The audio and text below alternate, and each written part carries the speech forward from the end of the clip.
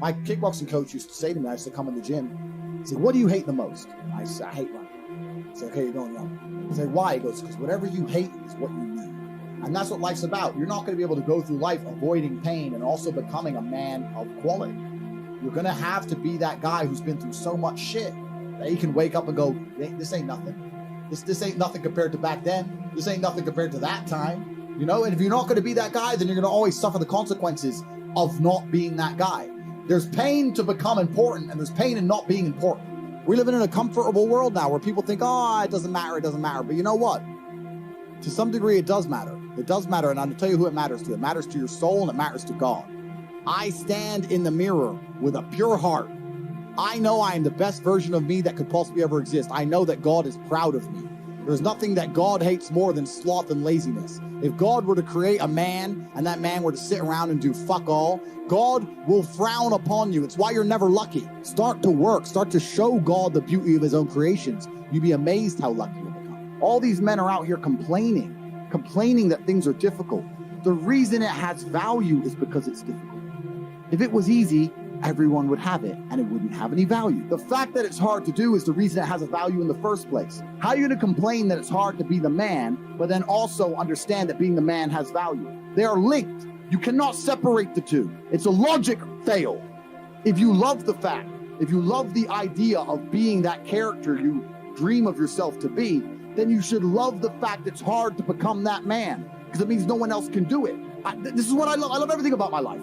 I know the shit I've been through to become who I am, and I wouldn't trade a second of it. There's a whole generation of men who have been raised without being prepared for war, because that's what life is. It's a war for resource, it's a war for females, it's a war for attention, it's a war for domination. It's war.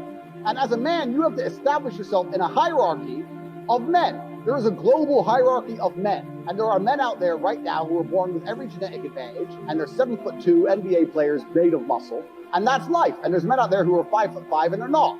But that doesn't make a difference. You still have to find a way to fight and compete. If you don't make yourself valuable, you have no value. You have to get up and do it. This is how life works, right? If you even, let's take cars. You're driving at 200 miles an hour. You don't feel it. It's accelerating to 200 miles an hour that you feel. You don't feel once you're doing the speed. You feel the acceleration. It's the acceleration that's exciting. You need to feel the change in your life to benefit from it. Most of the time, you don't feel like doing the things you're supposed to do. But the true masculine frame throughout history was doing the things they didn't want to do, but they knew they had to do because they had honor and duty. That's what honor and duty means. Do you think the men on the Titanic wanted to stay on the fucking Titanic? No, we're men. We have to stay. We're scared, but we must. It's our duty. It's on the other side of fear that you're going to garner the respect of other individuals. You have to do things that they're afraid to do, meaning most likely you are also afraid. I've done a bunch of shit I was afraid. I was afraid 87 times before I got in the ring cage. It's scary. I lived a scary life. But by going through all of that, I am now respected. You have to learn to face your fear. And I'm not saying not be afraid, because that's not brave. If you do something and you're not afraid, you're not brave. You have to be afraid and do it anyway. That's what courage is. So I'm not saying you can be as scared as you want, but you still have to go. You're not going to have a big life that's a calm ocean. You need to learn to just surf the waves and laugh, because most people just collapse under the pressure. Stress tolerance is a massive indicator of how successful you're going to be. When you're young, go out there and get stressed, get upset, have those sleepless nights. At 17, 18, you should be panicking. And that's going to give you a stress tolerance level that allows you to grow into an adult which can handle a big life. The only thing you can actually really truly control is what you think. So why are you not controlling your own mind? It's your asset. It's your ally. It's your friend.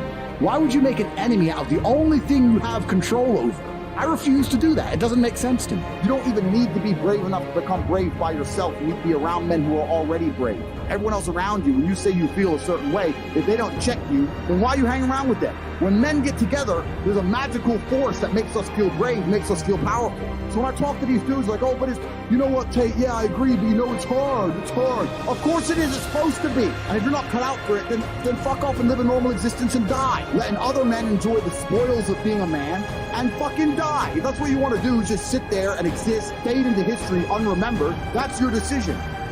Names a single attribute for masculinity, which is going to come from a place other than trauma or pain. I talk about this all the time. People say, I've had a traumatic life. I say, well, then you're very, very fortunate. You had a traumatic life. Now, you may have misused that trauma. You may have misplaced it. You may have accepted the matrix telling you that you now have an excuse to fail, as opposed to using it to grow.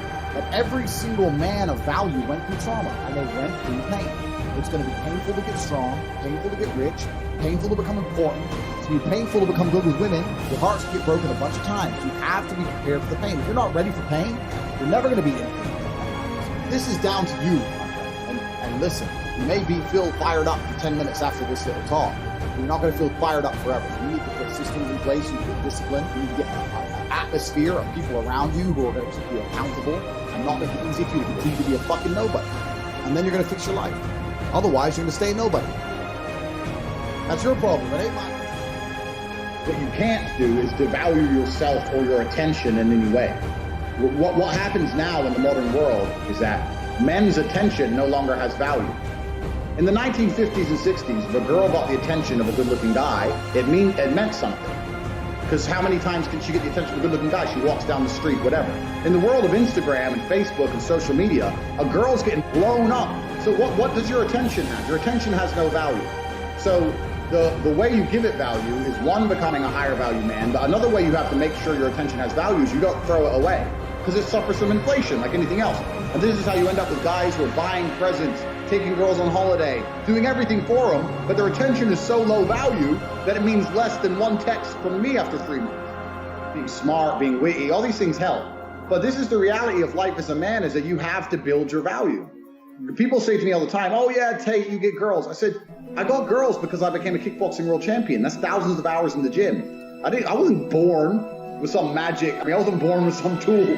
It's like, I had to do it myself. So you have to build it as a man. This is just the unfortunate reality. If you're not prepared to do any work at all, you're gonna suffer. So you can't hack. You can't hack having a personality. You can't trick a girl into thinking you're something you're not. If you want a woman to really respect you, then be a man worthy of respect. It's really that simple.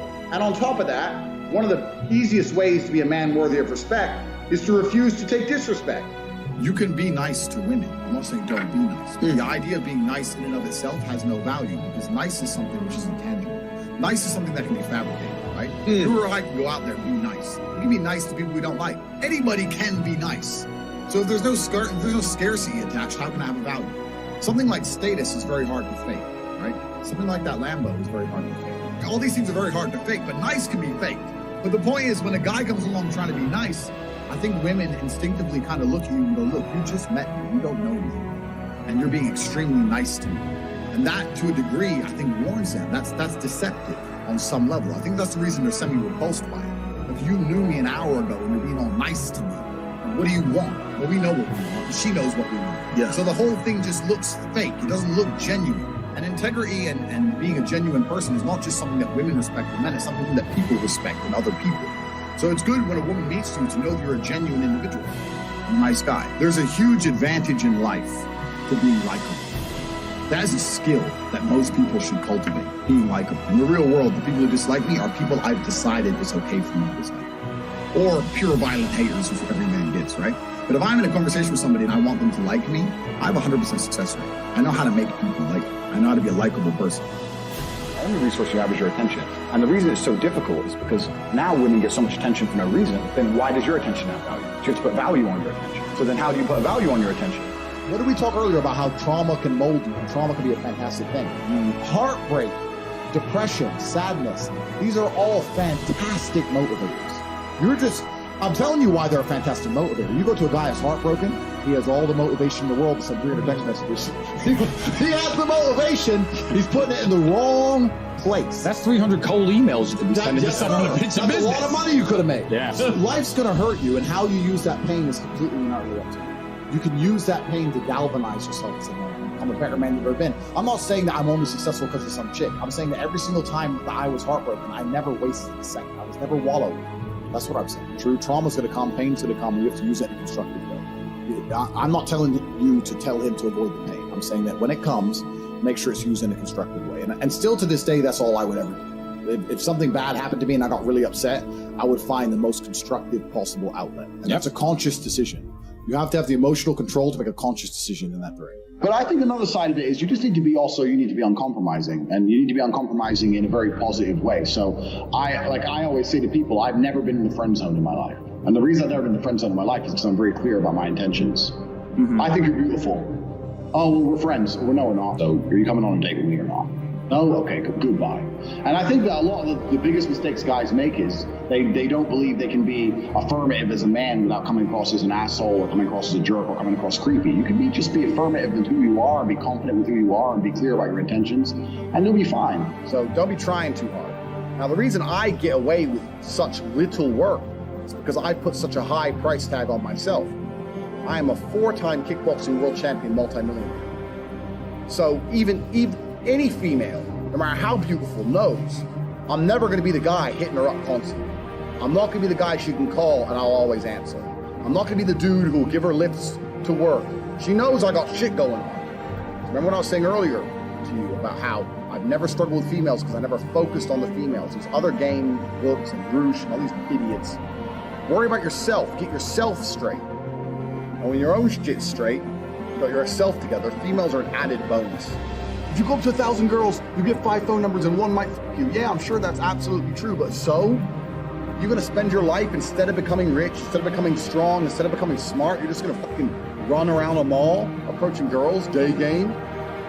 It's garbage, it's for children. All that is for children. I focused on myself, and that's how I've managed to attain the highest quality females. And also not attain, retain. And sometimes that's difficult. Let me tell you something. She might be talking to a real G. If she's talking to me, you're gonna struggle to make her like you more. It's true. I have more tangible assets, more physical, financial, and mental assets. Plus I know the game. Sometimes you're outclassed. That's how it goes. Sometimes you're just outclassed. That's how it goes. It's another thing you can't really control. But what you can control in those situations is that you don't make her lose respect for you. Keep your honor about you. If you're gonna lose the game, there's 2 ways to lose it. With honor and without honor. So you have to have a system in place that's going to allow you to escalate and elevate your conversations and elevate and escalate your relationship and her interest level in you. If you're going to sit there and just message girls, you might be on lockdown for the next 6 weeks. Every day, how are you? Fine. You? What are you doing? At home? You? Home? So you got to have a little bit more strategy than that. You know what I mean? But then you have to understand, you're always in competition with other dudes. If a girl is messaging you, she's messaging 20. So why does she like you and not the rest? I mean, it's not easy as a man nowadays. It's really not easy as a man. It's getting harder and harder. I'm not saying that you can't get hot girls. I'm just saying that the hot girls are certainly aware of their worth. And Instagram gives them unlimited dating pool. One of my girls has 69,000 followers on Instagram. Her Instagram account's on my phone, so I can see it at any time. And she gets a message every 6 minutes, maybe. And she's had messages from verified NFL stars, Chicago Bulls, all this. So if you're a hot girl, if you ever feel lonely, you click your Instagram inbox, you scroll through, and you decide who you want to reply to. Yeah. These girls are never lonely, and they're never not talking to someone. And this is the element that most men forget, and this is something I try and drive home in the PhD course. The reason it's so hard for a man is you're not trying to make her like you. You're trying to make her like you more than she likes the guy she was talking to before you. Yeah. So you're always in competition all the time. Yeah. And the competition as a man is near unlimited. And that's something you have to keep in mind. And you have to be on the ball and you have to be ruthless with it. You've got to have your game in check. And you can get to a point where if you're really smooth with it, it gets easy.